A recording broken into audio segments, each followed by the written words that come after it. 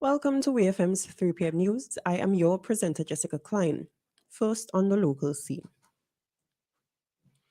St. Vincent and the Grenadines continues to work closely with international partners to fund climate change issues as well as issues related. This is according to Prime Minister Dr. Ralph Gonsalves, who was speaking on radio at the time. He discussed his trip to Paris on invitation from the President of France, Emmanuel Macron, where a new global finance pact was discussed. We hear more from the Prime Minister.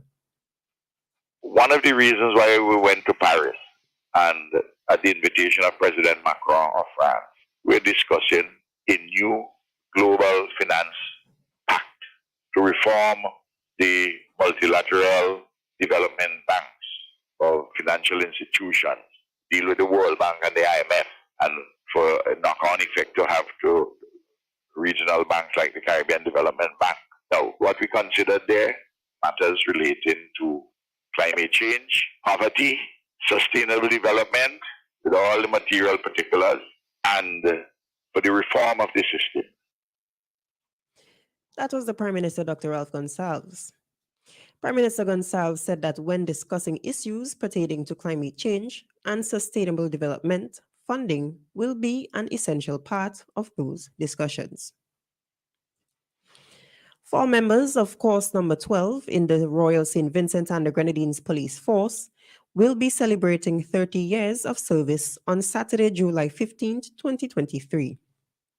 Thursday 15, 1993, saw the enlistment of 20 young men as police officers, with only 4 remaining 30 years later.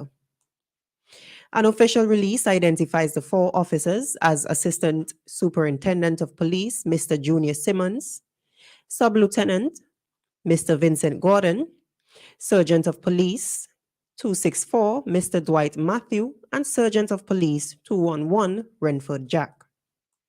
Each officer expressed their excitement and satisfaction in reaching the important milestone. They also paid tribute to their other 16 course mates who enlisted with them but have since left the organization for other careers. Commissioner of Police, Mr. Colin John, the gazetted officers, and other ranks of the RSVGPF extended congratulations to the officers on their achievement and dedication to duty and service to the people of St. Vincent and the Grenadines and to the RSVGPF. Still on the local scene, a delegation of 14 members will be representing the Royal St. Vincent and the Grenadines Police Force and the SVG Coast Guard Service at Exercise Tradewinds 2023. An official release by the RSVGPF says the delegation will be led by Assistant Commissioner of Police, Mr. Enville Williams, for the Exercise Tradewinds that is scheduled to occur in Cooperative Republic of Guyana from July 14th to 17th, 2023. Exercise Tradewinds, which dates back to the mid-1980s, is a U.S. Southern Command sponsored combined joint exercise conducted with partner nations to enhance the collective ability of defense forces and constabularies to counter transnational criminal organizations and conduct humanitarian assistance and disaster relief operations while developing strong relationships and reinforcing human rights awareness. During Exercise Tradewinds, participating countries will work to improve security responses through the exchange of knowledge and expertise. The delegation is scheduled to depart St. Vincent and the Grenadines on Friday, 14th July, 2023.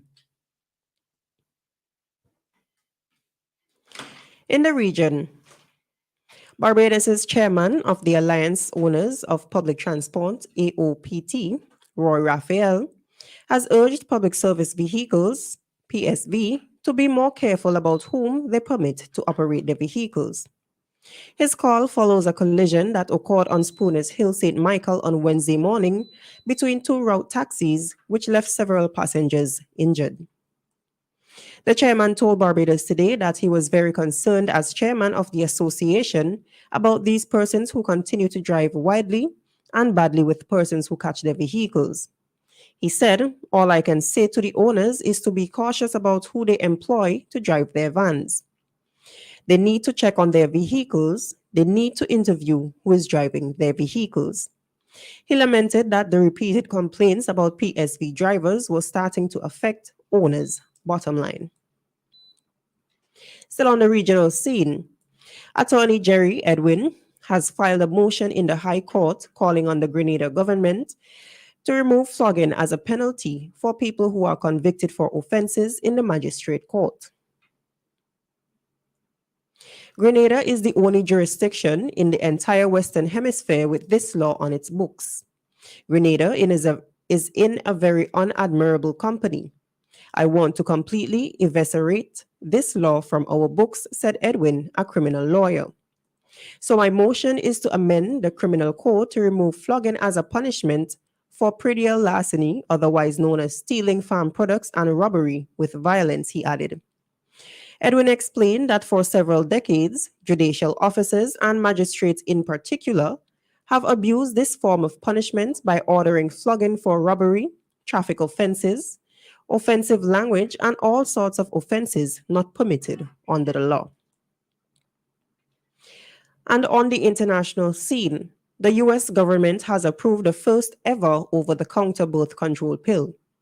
On Thursday, the Food and Drug Administration announced that birth control pill or pill will be available without a prescription for women of all ages.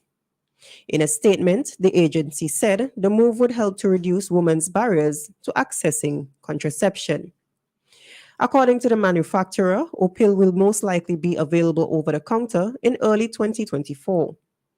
Doctors say that the progestin only pill, often known as the mini pill, is a particularly safe form of contraception because it does not contain estrogen, meaning it has fewer side effects and health risks. The most common side effects of Opil include irregular bleeding, headaches, dizziness, and nausea. The US joins more than 100 countries around the world that have made the birth control pill available over the counter, including most countries in Latin America, as well as India, China, and the United Kingdom. This has been WFM's 3 p.m. news. I have been your presenter, Jessica Klein. Join us again at 5:30 p.m. for WFM's evening news, and we thank you for listening.